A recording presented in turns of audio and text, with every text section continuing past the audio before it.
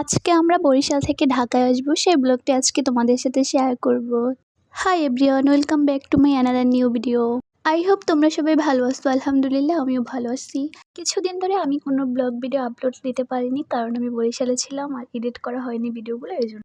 আমি অনেক দিন পর বরিশালে গিয়েছিলাম, তো তোমরা যারা যারা বরিশাল শহরকে ভালোবাসো তারা অবশ্যই এই জায়গাটার নাম জেনে থাকবে, তো কমেন্ট করে অবশ্যই জানাবে।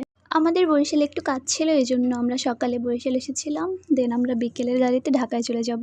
আমরা অনেক লং জার্নি করব, তাই ভাবলাম যে দুপুরের খাবারটা বরিশাল থেকে খেয়েই দেন আমরা ঢাকার উদ্দেশ্যে রওনা দিব। আমরা দুপুরের খাবার শেষ করে চলে গেলাম বাস স্ট্যান্ডে। তো আমাদের বাস ছিল 3টায়। প্রিয় শহর বরিশাল ছেড়ে আমরা ঢাকার উদ্দেশ্যে রওনা দিয়ে দিলাম। ওয়েদারটা একটুও ভালো ছিল না, বাইরে অনেক বেশি রোদ ছিল, প্রচণ্ড পরিমাণে গরম।